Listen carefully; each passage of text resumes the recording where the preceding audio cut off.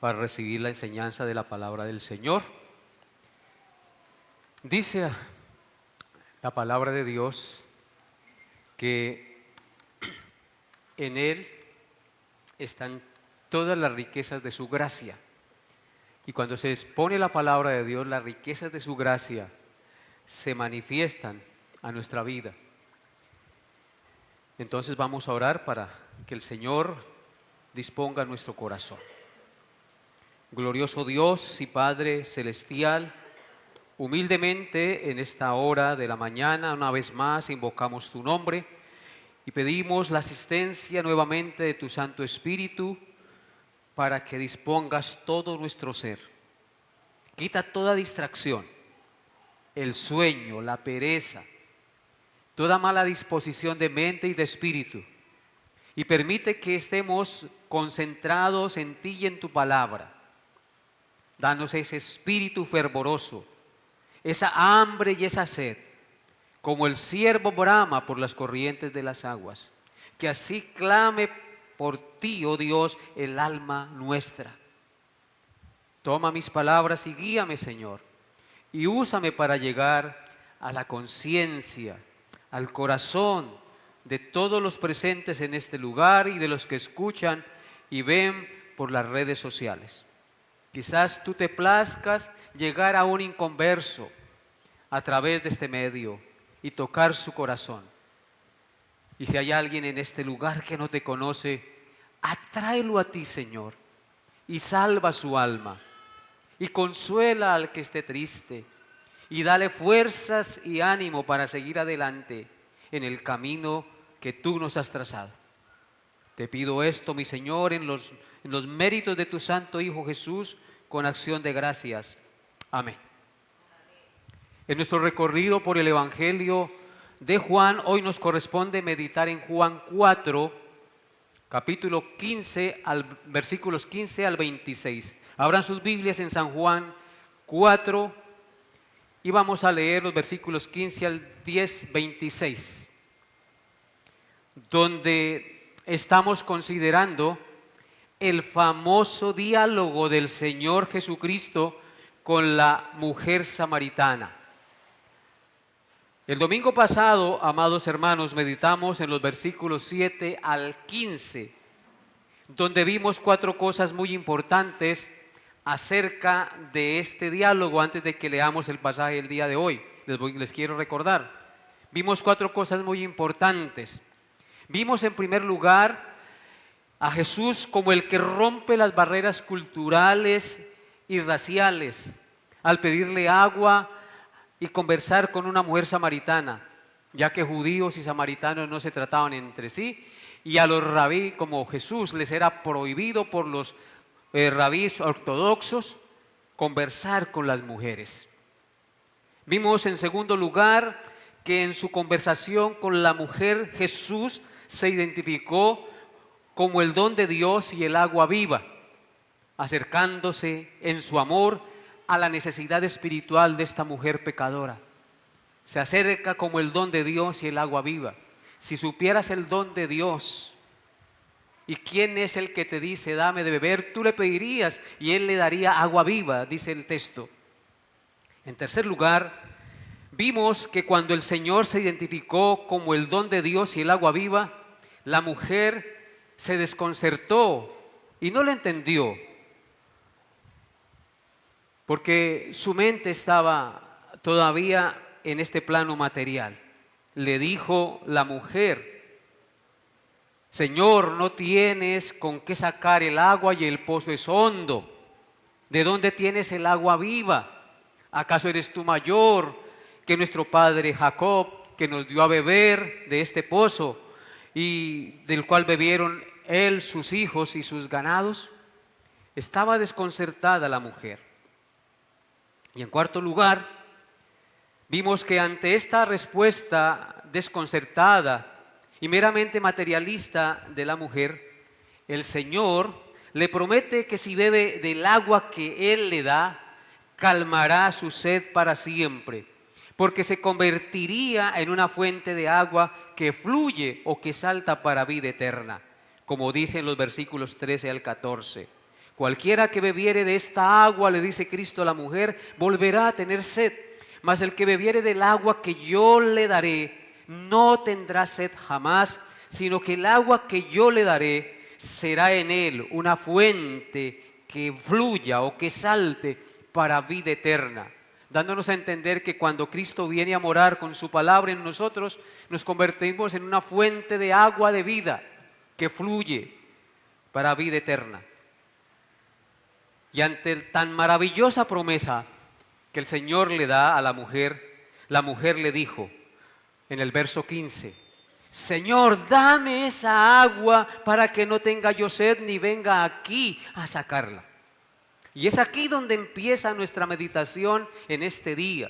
Así que les invito a leer este pasaje con reverencia y disposición de corazón. Juan 4, 14 al 16. Juan 4, 14 al 16 dice así. Al 26, estoy confundido en números. Juan 4, 14, perdón, Juan 4, de 15 al 26. Lo hice intencionalmente, hermanos, a ver si estaban despiertos. Dice la palabra de Dios, ya me ubico, Juan 4, vamos a leer desde el 15 hasta el 26. La mujer le dijo, Señor, dame esa agua para que no tenga yo sed ni venga aquí a sacarla. Jesús le dijo, ve, llama a tu marido y ven acá. Respondió la mujer y dijo, no tengo marido. Jesús le dijo, bien has dicho, no tengo marido, porque 5 maridos has tenido y el que ahora tienes no es tu marido. Esto has dicho con verdad. Le dijo la mujer, Señor, me parece que tú eres profeta. Nuestros padres adoraron en este monte y vosotros decís que en Jerusalén es el lugar donde se debe adorar. Jesús le dijo, mujer, créeme que la hora viene cuando ni en este monte ni en Jerusalén adoraréis al Padre. Vosotros adoráis lo que no sabéis, nosotros adoramos lo que sabemos, porque la salvación viene de los judíos. Mas la hora viene, y ahora es cuando los verdaderos adoradores adorarán al Padre en espíritu y en verdad, porque también el Padre tales adoradores busca que le adoren. Dios es espíritu, y los que le adoran en espíritu y en verdad es necesario que adoren. Le dijo la mujer, sé que ha de venir el Mesías llamado el Cristo. Cuando Él venga nos declarará todas las cosas. Jesús le dijo, yo soy el que habla contigo. Amén. Hasta ahí la lectura de nuestro pasaje. La enseñanza para el día de hoy lleva por título una orden escudriñadora. Una orden escudriñadora. El pasaje para su meditación lo he dividido en 4 encabezados.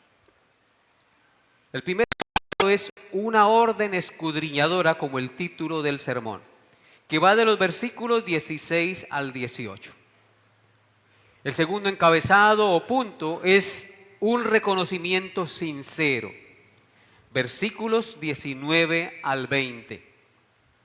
El tercer punto o encabezado es una respuesta contundente, versículos 21 al 24. Y en cuarto lugar, el último punto es una revelación sin precedente, versículos 25 al 26. Entonces, ¿cuáles son los 4 encabezados?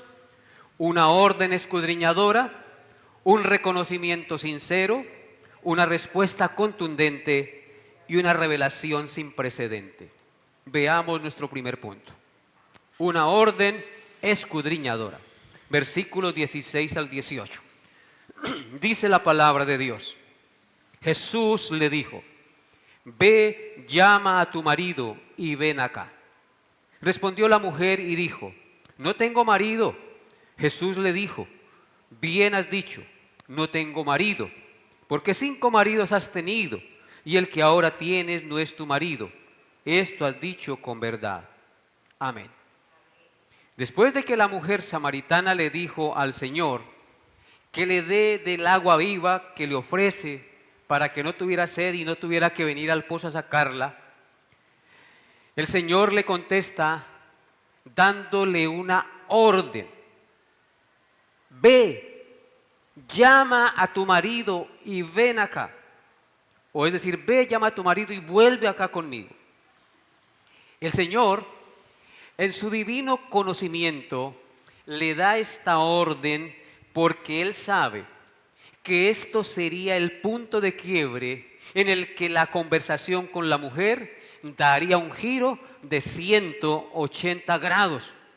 Porque con esta orden el Señor fue directo a su conciencia, recordándole su vida inmoral. En otras palabras, la principal finalidad de nuestro Señor Jesucristo al mencionar al marido de la mujer era producir en ella convicción de pecado y mostrarle su conocimiento divino de todas las cosas. Él sabía que en realidad ella no tenía marido y lo hizo deliberadamente para sacudir su conciencia. Así que el primer sorbo de agua viva que el Señor le da a la mujer samaritana fue la convicción de pecado. Ella le había dicho, dame de beber. Pero esa agua tenía primero que llevarme a convencerme de mi pecado y de mi maldad. Amados hermanos, la única manera de preparar el terreno del corazón para la semilla de la palabra de Dios es ararlo con convicción de pecado. La única manera de preparar el terreno del corazón para la semilla de la palabra, vuelvo y repito, es ararlo con convicción de pecado. Por eso Jesús le dijo que llamara a su marido, la obligó a que recordara y reconociera su pecado. No puede haber conversión sin convicción de pecado. Vuelvo y repito, no puede haber conversión sin convicción de pecado. Primero debe haber convicción y arrepentimiento, y entonces puede haber la fe que salva. Jesús había sensibilizado sus emociones espirituales al decirle que tenía agua viva que quitaba la sed para siempre. Pero también tenía que tocar su conciencia, y eso exigía confrontarla con su pecado para que viera la necesidad del arrepentimiento, del perdón y la limpieza de sus iniquidades. ¿Qué es la convicción de pecado? Se preguntarán algunos.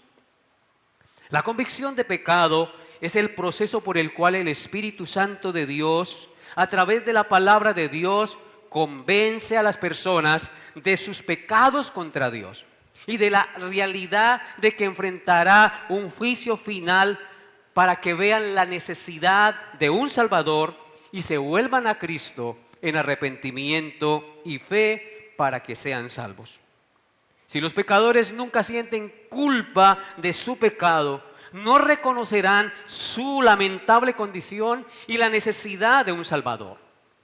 Cada pinchazo ejercido por Dios en el corazón del pecador tiene como objetivo sensibilizar su conciencia para atraerlos a Cristo, el único que les puede limpiar su pecado. Vemos que el mandato escudriñador del Señor, ve, llama a tu marido, atravesó como una lanza su conciencia. A partir de ese momento, a pesar de su ignorancia, habla como alguien que busca la verdad sinceramente. Y la razón es evidente, queridos hermanos. Sentía que en su enfermedad espiritual había sido descubierta por primera vez en su vida. Se vio a sí misma como una gran pecadora ante el santo Dios, cosa que antes no lo había percibido de manera clara. Vivía pecando como si nada, justificando su pecado, tal vez como pasa con muchos. En el Salmo 51, versículos 1 al 4, encontramos estas palabras dichas por David después de que fue confrontado en su conciencia, en convicción de pecado, por su adulterio con Betsabé.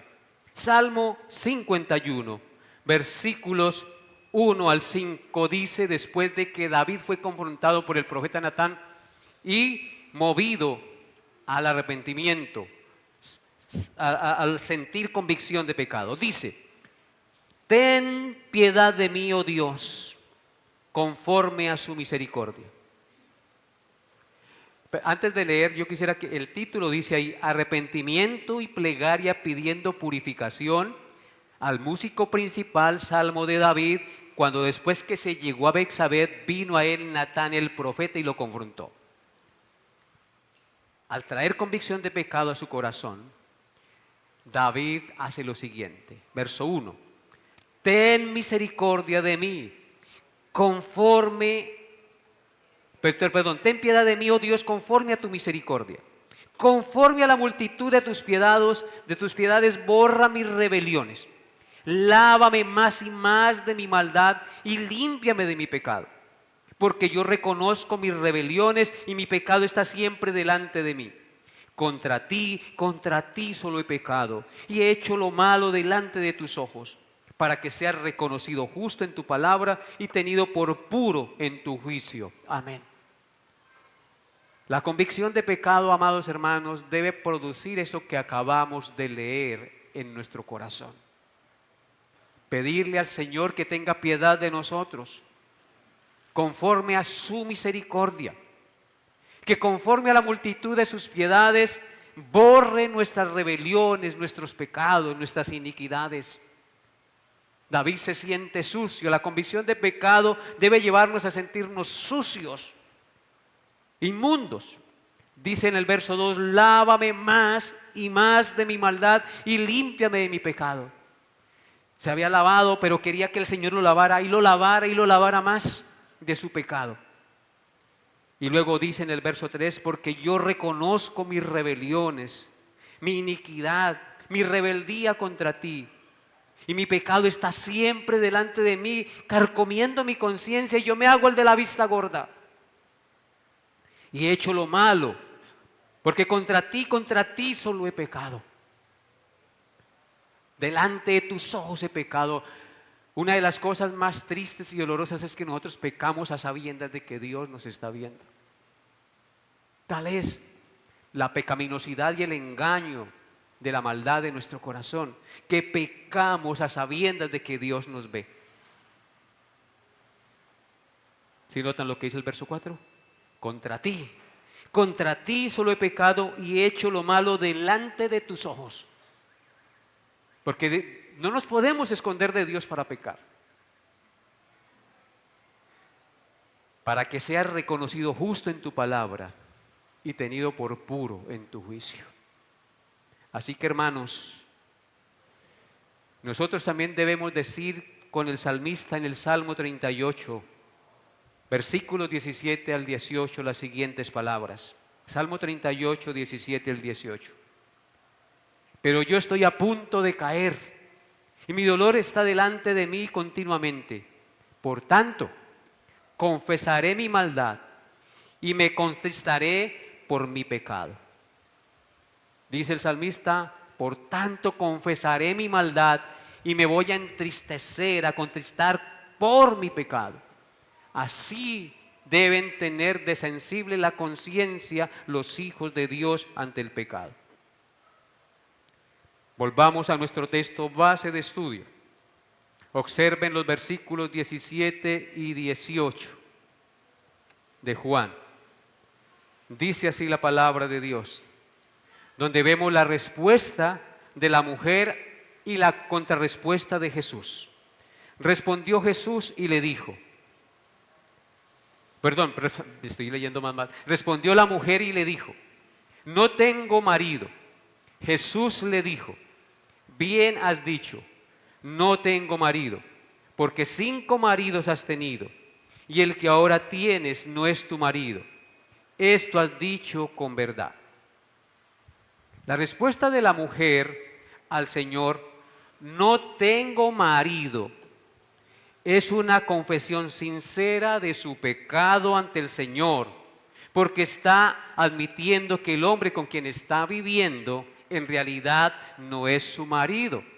Por eso el Señor la elogia por su sincera confesión de su pecado al decirle: bien has dicho, no tengo marido, porque 5 maridos has tenido y el que ahora tienes no es tu marido. Esto has dicho con verdad. Vemos que mientras Jesús la felicitaba por su sinceridad de su confesión, también desenmascara su pecado, es decir, sus adulterios, el quebrantamiento del 7º mandamiento, que dice: no cometerás adulterio. Amados hermanos, la afirmación de Cristo, el que ahora tienes no es tu marido, nos muestra claramente que la mujer samaritana estuvo viviendo en adulterio como si nada, hasta que el día en que el Señor fue a su encuentro y le habló, porque desde ese día su vida empezó a cambiar. Y hay algo muy importante que el Señor está enseñando aquí acerca del matrimonio en ese tiempo y en nuestros días también. Y es que el Señor, al negarse a considerar marido al hombre con quien está viviendo la mujer, condena como adulterio la creencia infundada que tienen algunos, que el simple hecho de vivir juntos constituye un matrimonio. La Biblia ve al matrimonio como un pacto público, escúchenlo bien, como un pacto público, formal y legal ante Dios, entre un hombre y una mujer. En Mateo capítulo 19, versículos 4 al 6 dice el Señor: y él respondiendo les dijo: ¿no habéis leído que el que los hizo, al principio varón y hembra los hizo? Y dijo: por esto el hombre dejará a su padre y a su madre, y se unirá a su mujer, y los dos serán una sola carne. Así que no son ya más dos, sino una sola carne. Por tanto, lo que Dios juntó, no lo separe el hombre. Jesucristo aprueba lo que el Padre dijo en Génesis capítulo 2, porque Él está citando aquí lo que el Padre dijo en Génesis capítulo 2 acerca del matrimonio, que cuando un hombre y una mujer se unen son una sola carne y que el hombre no los debe separar, ni las inclinaciones de su perverso corazón, porque Dios considera uno, que se funden en un solo ser al esposo y a la esposa cuando se unen en el pacto matrimonial. En Malaquías capítulo 2, versículos 14 al 16 dice lo siguiente, Malaquías 2, 14 al 16. Dice: mas diréis, ¿por qué? Porque Jehová ha atestiguado entre ti y la mujer de tu juventud, contra la cual has sido desleal, siendo ella tu compañera y la mujer de tu pacto. ¿Cómo considera Dios la mujer primera con la cual el hombre se casa? Como la mujer de su pacto, la mujer de su juventud. Y está condenando la deslealtad de los hombres hacia esa mujer. Dice en el verso 15: ¿no hizo él uno, habiendo en él abundancia de espíritu? ¿Y por qué uno? Porque buscaba una descendencia para Dios. Guardaos pues en vuestro espíritu, y no seáis desleales para con la mujer de vuestra juventud. Porque Jehová, Dios de Israel, ha dicho que Él aborrece el repudio o el divorcio, y al que encubre de iniquidad su vestido. Dijo Jehová de los ejércitos: guardaos pues en vuestro espíritu, y no seáis desleales. Dios condena tajantemente el divorcio y la deslealtad entre el esposo y la esposa. ¿No hizo el uno habiendo en él abundancia de espíritu? Al principio Dios creó solo al hombre, y Dios se dio cuenta que no era bueno que el hombre estuviera solo, y del mismo hombre que él creó, lo durmió y de una de sus costillas hizo una mujer y la trajo al hombre. abundancia de espíritu para sacar la compañera de su pacto. Y la trajo al hombre y los casó y los bendijo. Una ceremonia pública hecha por el Dios que constituyó el matrimonio. Por consecuencia, el matrimonio es sagrado a los ojos de Dios. Y el hombre y la mujer que se casan y hacen pacto con Dios de amarse, respetarse, hasta que la muerte los separe, debe cumplir ese pacto. Porque eso bendice al hogar, bendice a los hijos, bendice a la sociedad. ¿Qué bendición va a haber en una sociedad donde el matrimonio es mirado como algo que no tiene valor? Hermanos, no puede haber bendición y por eso la sociedad está como está. Y eso no es de ahora. Miremos aquí el ejemplo de la mujer samaritana. Tenía 4 maridos, ya había pasado por 4. Hermanos, Dios nos está enseñando el día de hoy que el matrimonio hay que valorarlo, hay que respetarlo y hay que amarse mutuamente como Cristo nos amó. De hecho, la Escritura nos enseña que la relación matrimonial es la figura de la relación entre Cristo y la iglesia. En el hogar o en el matrimonio, la esposa representa a la iglesia y el esposo representa a Cristo. Entonces tenemos esa altísima responsabilidad de reflejar la relación entre Cristo y la iglesia. Nuestros hijos tienen que ver el amor del esposo hacia la esposa, porque la Escritura dice: maridos, amad a vuestras mujeres como Cristo amó a la iglesia y se entregó por ella. Y la Escritura dice: mujeres, sométanse a su marido de la misma manera que la iglesia está sujeta a Cristo. Así que el matrimonio debe ser mirado en alta estima, respeto y reverencia. Y nosotros como cristianos tenemos que ser el estandarte y la bandera que levanta la voz en favor del matrimonio y de la perdurabilidad del matrimonio hasta que la muerte nos separe. Y hay que hacer todo lo posible para que los problemas se solucionen y haya paz y reconciliación en las parejas que están a punto de divorciarse o que se reconcilien si ya se han divorciado. Apliquemos esto a nuestra vida. Amados hermanos, el perfecto conocimiento de lo que venimos diciendo que tenía nuestro Señor del pasado de la mujer samaritana y de su vida presente debería producir en nosotros santo temor y confesión de nuestros pecados, porque así también Él conoce todo de nosotros, nada le es oculto a sus ojos. Solo hasta que Cristo viene a mi vida y produce conciencia de pecado. Tal vez hoy el Señor está hablando a su conciencia y está produciendo convicción de pecado. ¿Qué debes hacer cuando tienes convicción de pecado?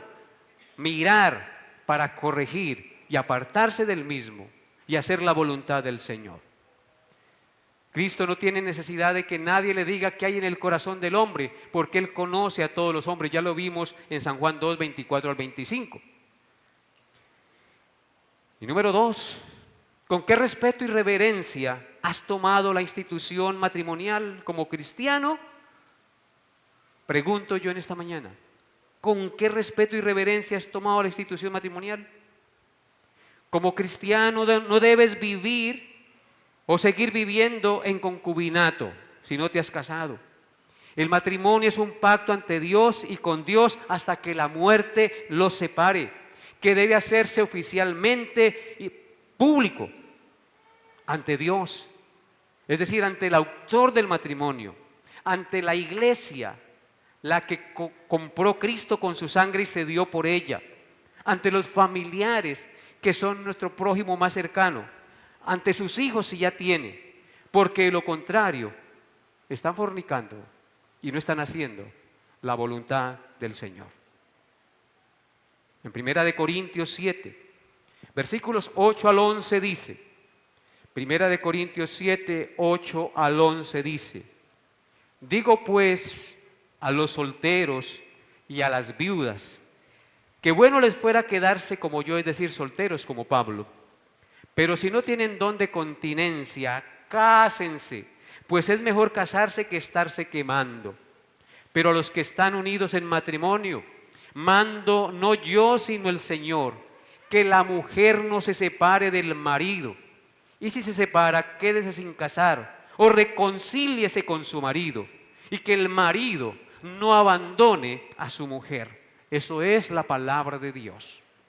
En Marcos 10, versículos 11 y 12 dice, y les dijo, Marcos 10, 11 y 12, cualquiera que repudia a su mujer y se casa con otra, comete adulterio contra ella. Y si la mujer repudia a su marido y se casa con otro, comete adulterio. En Romanos 7, 2 al 3 dice, Romanos 7, 2 al 3, porque la mujer casada está sujeta por la ley al marido mientras éste vive. Pero si el marido muere, ella queda libre de la ley del marido. Así que si en vida del marido se uniere a otro varón, será llamada adúltera. Pero si su marido muriere, es libre de esta ley, de tal manera que si se uniere a otro marido, no será adúltera. Palabra de Dios. En tercer lugar, aplicando este pasaje a nuestra vida, hay algo muy importante que debemos aprender de nuestro Señor Jesucristo acerca del trato que debemos tener con el pecador. Y es que, llena de maldad y de reiterados pecados como se encontraba esta mujer, nuestro Señor la trata amable y bondadosamente y elogia 2 veces la sinceridad de su confesión. Bien has dicho, le dice, esto has dicho con verdad. La amabilidad en el trato con el pecador, como lo hace Cristo, será siempre una cuestión de suma importancia, amados hermanos, al tratar con los impíos. Tenemos que entender que el escarnio y la reprensión severa y sin misericordia contra el pecador, no importa cuán merecedor sea de la reprensión, tienden a endurecer y a cerrar el corazón del pecador en lugar de abrirlo. Por el contrario, la bondad, la misericordia y la sabiduría al hablar ganan, ablandan, concilian y desarman los prejuicios del inconverso. Un cristiano apasionado pero imprudente probablemente le hubiera dicho a esta mujer: eres una mujer malvada, un engendro del demonio, como algunos he escuchado decirle a los inconversos. Si no te arrepientes, te irás al infierno. No cabe duda que lo que dicen es verdad, pero qué diferentes fueron las amables pero confrontadoras palabras de nuestro Señor al tratar con esta mujer pecadora. Yo te doy del agua viva, bien has dicho, y esto has dicho con verdad, le dijo Cristo. Con amabilidad y firmeza le mostró su pecado y la llevó a tener convicción de su maldad, entendiendo que Él era el Señor y el profeta prometido, que sacia la sed espiritual. Así nosotros debemos mostrar con amabilidad, con amor y misericordia el pecado del impío, para que pueda entender que hay una fuente de agua viva que perdona y que sacia la sed espiritual, pero que indudablemente tiene que haber convicción de pecado y arrepentimiento para apartarnos de él. Y esto nos lleva a nuestro segundo encabezado, un reconocimiento sincero. Juan 4, 19 al 20. Juan 4, 19 al 20. Dice la palabra de Dios. Le dijo la mujer: Señor, me parece que tú eres profeta. Nuestros padres adoraron en este monte, y vosotros decís que en Jerusalén es el lugar donde se debe adorar. Un reconocimiento sincero hace la mujer aquí. La mujer, sacudida por la sorprendente sabiduría del Señor y su precioso conocimiento de la pecaminosidad de su corazón, le dijo: Señor, me parece que tú eres profeta. Al llamarlo profeta, afirmaba que todo lo que le había dicho era verdadero y se dirige a él como una persona preocupada por su alma. Es como si dijera: me doy cuenta de que eres una persona muy especial, no eres una persona común y corriente, porque me has dicho algo que solo un profeta de Dios puede saber y puede hacerlo. Movida por su sincero deseo de adorar a Dios y confundida por la disputa entre judíos y samaritanos acerca del lugar donde se debía adorar a Dios, le dice: nuestros padres adoraron en este monte y vosotros decís que Jerusalén es el lugar donde se debe adorar. La mujer samaritana habló en un estado de preocupación espiritual. Estaba alarmada ante el hecho de que sus pecados hubieran quedado repentinamente expuestos, descubiertos, y por primera vez se encontraba en presencia de un profeta. Por primera vez sintió la necesidad de tomar con seriedad las cosas de Dios. Pero la vieja disputa entre los judíos y los samaritanos surgió de inmediato en su mente. Su propio pueblo decía que la forma y el lugar en que los samaritanos debían adorar a Dios era la correcta, y en el monte Gerizim. Y los judíos decían que la forma de adorar era la de ellos, y el único lugar donde se debía adorar era en el templo de Jerusalén. ¿Qué debía hacer ella ante estas dos opiniones en conflicto? Y esto nos lleva a nuestro tercer encabezado: una respuesta contundente. Versículos 21 al 24. Dice la palabra de Dios: Jesús le dijo: mujer, créeme que la hora viene cuando ni en este monte ni en Jerusalén adoraréis al Padre. Vosotros adoráis lo que no sabéis. Nosotros adoramos lo que sabemos, porque la salvación viene de los judíos. Mas la hora viene, y ahora es, cuando los verdaderos adoradores adorarán al Padre en espíritu y en verdad, porque también el Padre tales adoradores busca que le adoren. Dios es espíritu, y los que le adoran en espíritu y en verdad es necesario que adoren. Amén.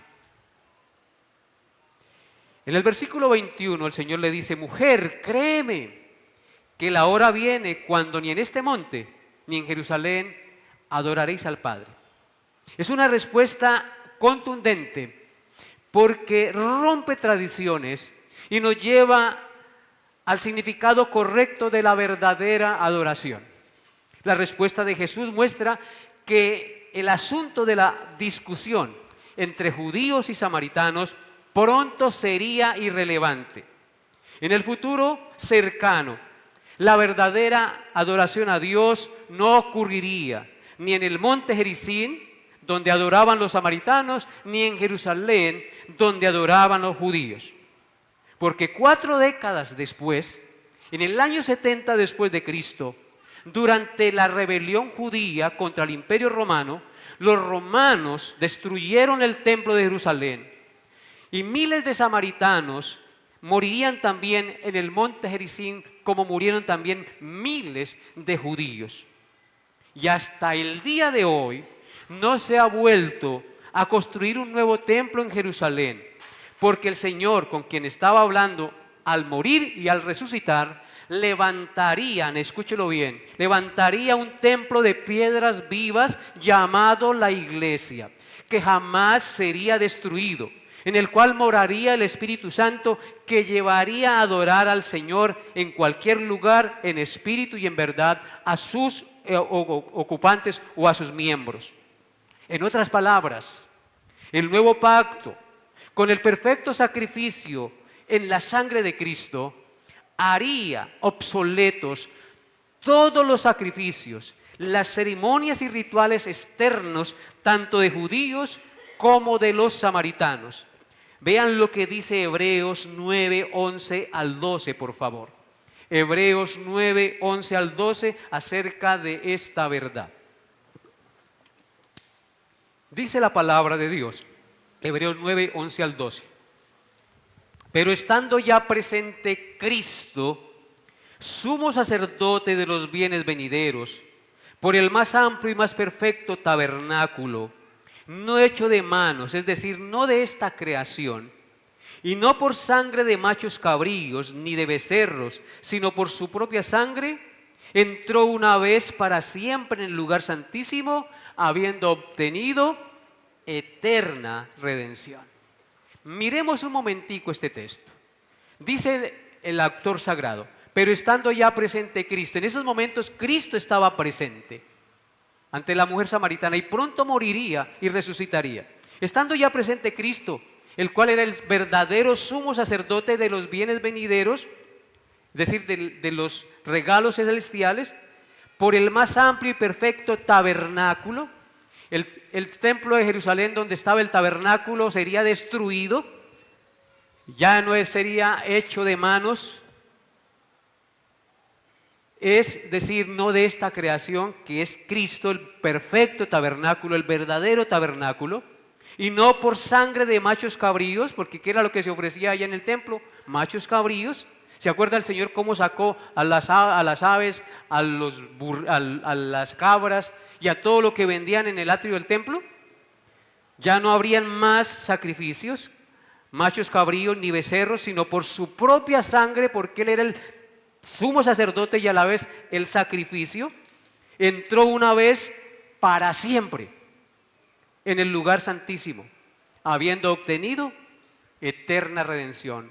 Él entró como sumo sacerdote y como ofrenda perfecta, y esa ofrenda fue recibida por el Padre y obtuvo eterna redención en favor de nosotros. Así que esos prejuicios ceremoniales y rituales por los cuales la mujer samaritana estaba alegando son derribados, porque eso quedaría obsoleto y no tendría ya más razón de ser. Así que nuestro Señor declara que bajo el Evangelio, bajo el nuevo pacto, ya no habría más distinción de lugares como Jerusalén o como el monte Gerizim. El viejo pacto bajo el cual los hombres estaban obligados a ir a Jerusalén 3 veces al año para celebrar fiestas y adorar en el templo, estaba a punto de desaparecer. Se cumplió en el año 70. Muy pronto se fundaría una iglesia, escúchenlo bien, cuyos miembros podrían acceder al Padre en todas partes y no precisarían de sacerdotes, sacrificios o altares para acercarse a Dios. Hoy el altar es el altar de la palabra, donde Dios se revela a su pueblo y donde nosotros podemos adorarle según los postulados de su palabra. Amados hermanos, indudablemente, la respuesta del Señor a la mujer samaritana fue una respuesta devastadora y contundente, porque al decir que la adoración ya no estaba limitada al templo judío en Jerusalén ni en el monte Gerizim en Samaria, era algo difícil de asimilar porque rompía con una tradición de siglos. Jesucristo rompe con la tradición de pecado que hemos traído por siglos. Él nos da un nuevo corazón y una nueva vida. La verdad es que el Espíritu Santo, amados hermanos, revela claramente por el apóstol Juan en su Evangelio que ha llegado el orden del nuevo pacto en Cristo. Hay un nuevo y perfecto sacrificio, porque Él es el Cordero de Dios que quita el pecado del mundo. Hay un nuevo y verdadero templo, porque Jesucristo es el que murió y resucitó y edificó el templo que nunca más será destruido, como dice en Juan 2, 19 al 21. Hay un nuevo y verdadero nacimiento, es decir, porque Jesucristo es el que da un nuevo corazón y una nueva vida al hombre, transforma al hombre de dentro hacia afuera, dándole una nueva naturaleza, una nueva vida. Hay una nueva y verdadera agua de vida, la cual es Cristo, que quita la sed para siempre. Y hay un nuevo y verdadero pan de vida que quita el hambre para siempre. El nuevo orden en Cristo ha llegado. Él es el nuevo pacto en el cual estamos seguros para siempre. Amén. Versículos 22 de nuestro pasaje de San Juan 4. Dice la palabra de Dios: vosotros adoráis lo que no sabéis, nosotros adoramos lo que sabemos, porque la salvación viene de los judíos. En este verso, el Señor condena sin dilaciones el sistema religioso de los samaritanos en comparación con el de los judíos. Los samaritanos no podían mostrar por la Escritura su adoración en el monte Gerizim. Era una pura invención humana que Dios jamás había autorizado formalmente en las Escrituras. Cuando el Señor dice, nosotros adoramos lo que sabemos porque la salvación viene de los judíos, está afirmando que ellos como judíos podían demostrar por la Escritura el origen del Mesías y de ellos como pueblo de Dios y la esperanza prometida por medio del Mesías, el cual descendería de la tribu de Judá y del linaje de David y nacería de una virgen. Por eso Pablo en Romanos 9 del 1 al 5 dijo lo siguiente, Romanos 9 del 1 al 5: verdad digo en Cristo, no miento, y mi conciencia me da testimonio en el Espíritu Santo, que tengo gran tristeza y continuo dolor en mi corazón, porque deseara yo mismo ser anatema, separado de Cristo, por amor a mis hermanos, los que son mis parientes según la carne, que son israelitas, y escuchen, de los cuales son la adopción, la gloria, el pacto, la promulgación de la ley, el culto y las promesas, de quienes según los patriarcas y de los cuales según la carne vino Cristo, el cual es Dios sobre todas las cosas, bendito por los siglos. Amén. Por eso Cristo dice, nosotros adoramos lo que sabemos porque la salvación viene de los judíos. A ellos se les había dado las promesas, el culto y la promulgación de la ley. Ellos fueron el pueblo escogido. No fueron los samaritanos, que era una mezcla, de lo cual había Dios prohibido. Cristo quiere entonces, amados hermanos, escúchenlo bien, que adoremos lo que sabemos, es decir, que adoremos según el conocimiento de las Sagradas Escrituras y no según las invenciones de nuestro propio corazón. Es solamente a través del conocimiento de las Sagradas Escrituras que nosotros adoramos al que debemos adorar y servimos al que debemos servir. Versículo 23 de nuestro pasaje. Mas la hora viene, y ahora es, cuando los verdaderos adoradores adorarán al Padre en espíritu y en verdad, porque también el Padre tales adoradores busca que le adoren. Amén. Esto quiere decir, lo que acaba de decir el Señor, que los tiempos del Evangelio se han acercado y ciertamente ya están comenzando. Noten cómo empieza el versículo 23. Mas la hora viene y ahora es. Es algo que va a venir, pero que ya es una realidad. La hora viene y ahora es. Es un ya, pero todavía no. Entonces, quiere decir que los tiempos del Evangelio se están acercando, pero ciertamente ya han comenzado con la llegada de Cristo. Es como si el Señor dijera, han comenzado en la predicación del reino de Dios y llegarán plenamente con mi muerte y ascensión y el establecimiento de la iglesia en el Nuevo Testamento. Nuestro Señor declara en el verso 23 quiénes son los verdaderos adoradores en la dispensación del nuevo pacto. Dice el Señor que solo se consideraría adoradores verdaderos aquellos que adoraran en espíritu y en verdad.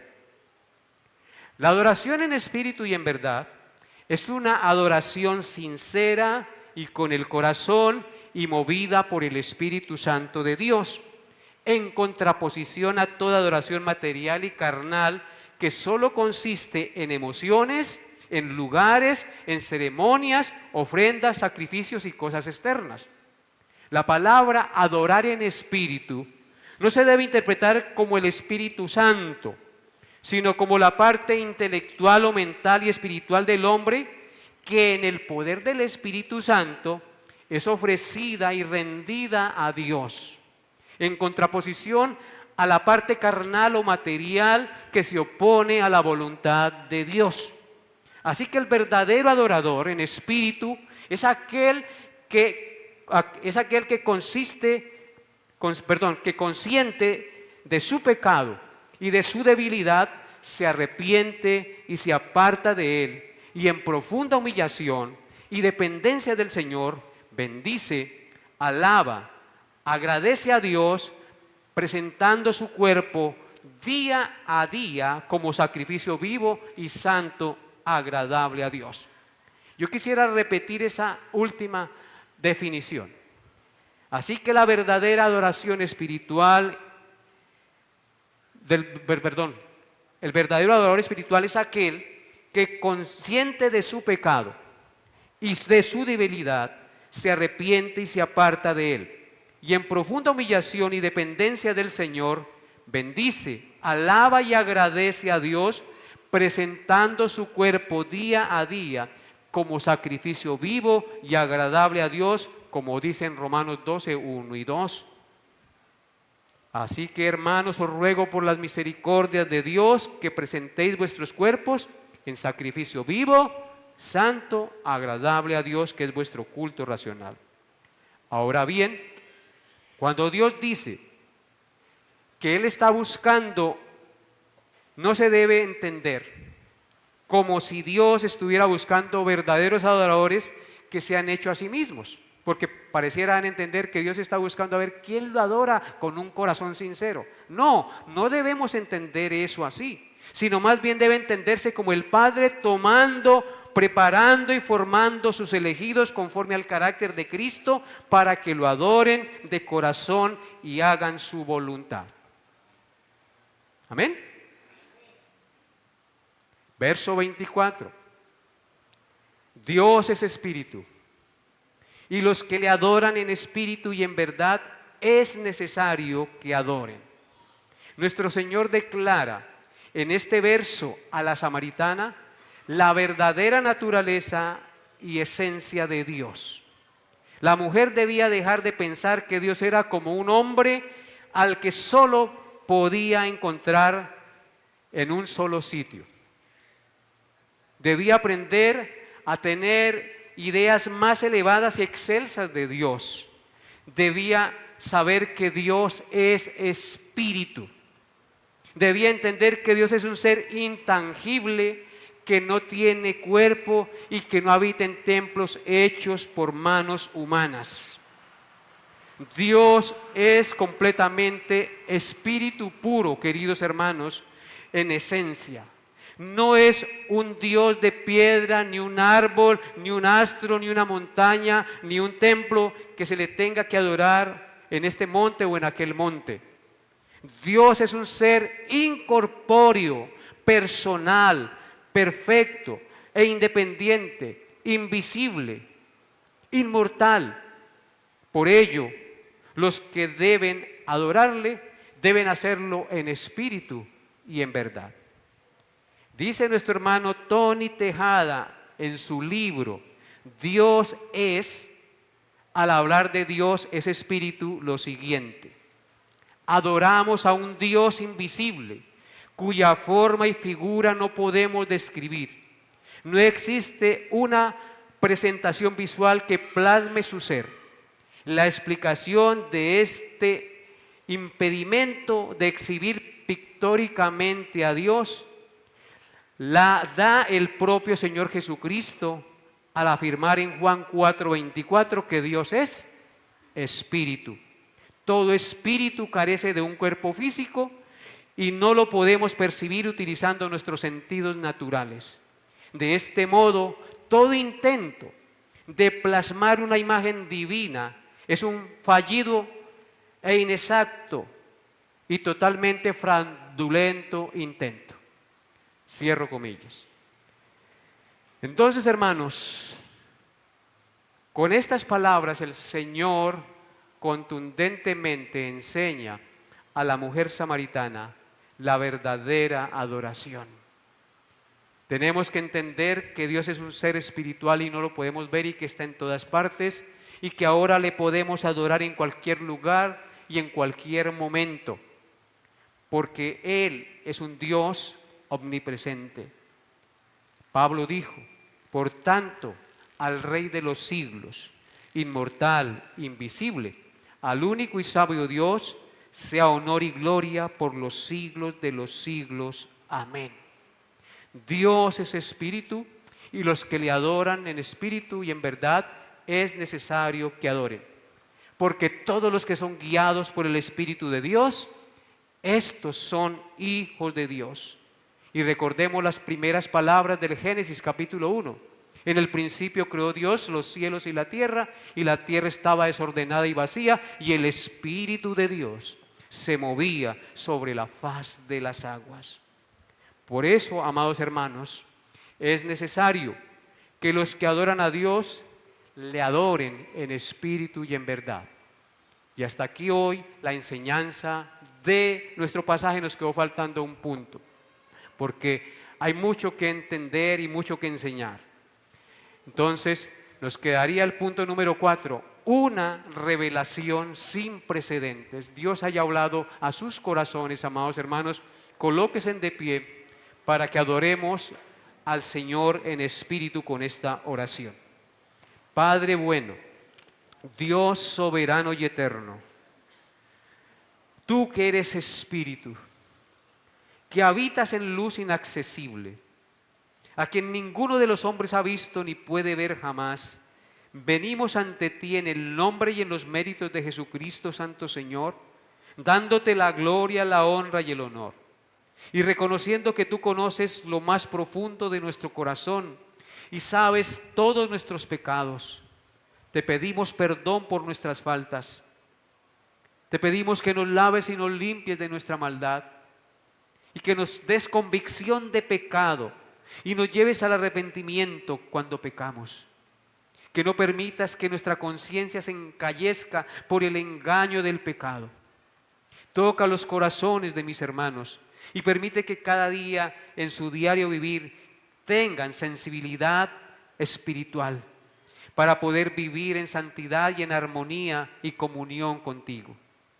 Danos la gracia de leer tu palabra con el respeto y la reverencia que debemos hacerlo. Y que cuando estemos en tu presencia, Señor, como en estos momentos, tu nombre sea exaltado y glorificado, reconociendo nosotros nuestra bajeza, nuestra indignidad, debilidad, delante de ti que eres el grande y el supremo Señor y hacedor de todas las cosas. Perdónanos, Señor, y lávanos con la sangre preciosa del sacrificio perfecto, del tabernáculo perfecto que se inmoló y fue propicio a nuestros pecados. Gracias por lo que hoy aprendimos, Señor. Gracias por darnos la luz de tu verdad y llevarnos a reconocer tu grandeza y señorío sobre nuestras vidas. Te alabo y te bendigo y coloco este día en tus manos y la semana que está en curso, Señor, para que seas tú guardándonos de todo mal y peligro, refrenando nuestros pies de pecar contra ti y nuestras palabras y nuestros pensamientos de ofenderte, Señor. Guarda a nuestros hijos, nuestra familia, Señor, y a los que están enfermos, tráeles, Señor, sanidad, si es tu voluntad, pero también convicción de pecados, que si se sanan no es para seguir pecando, sino para vivir conforme a tu voluntad. Gracias por este día, Señor, que tú creaste, y gracias por cada familia aquí representada, por cada hermano, joven y niño, que hoy han venido fielmente a escuchar tu palabra. Desciende con el poder de tu Espíritu y transforma y convence y llena de gozo y paz sus corazones para que te amen y te sirvan. Te lo pido, Padre, en el nombre glorioso de tu Santo Hijo Jesucristo, con acción de gracias. Amén y amén. Que la paz de Dios, que sobrepasa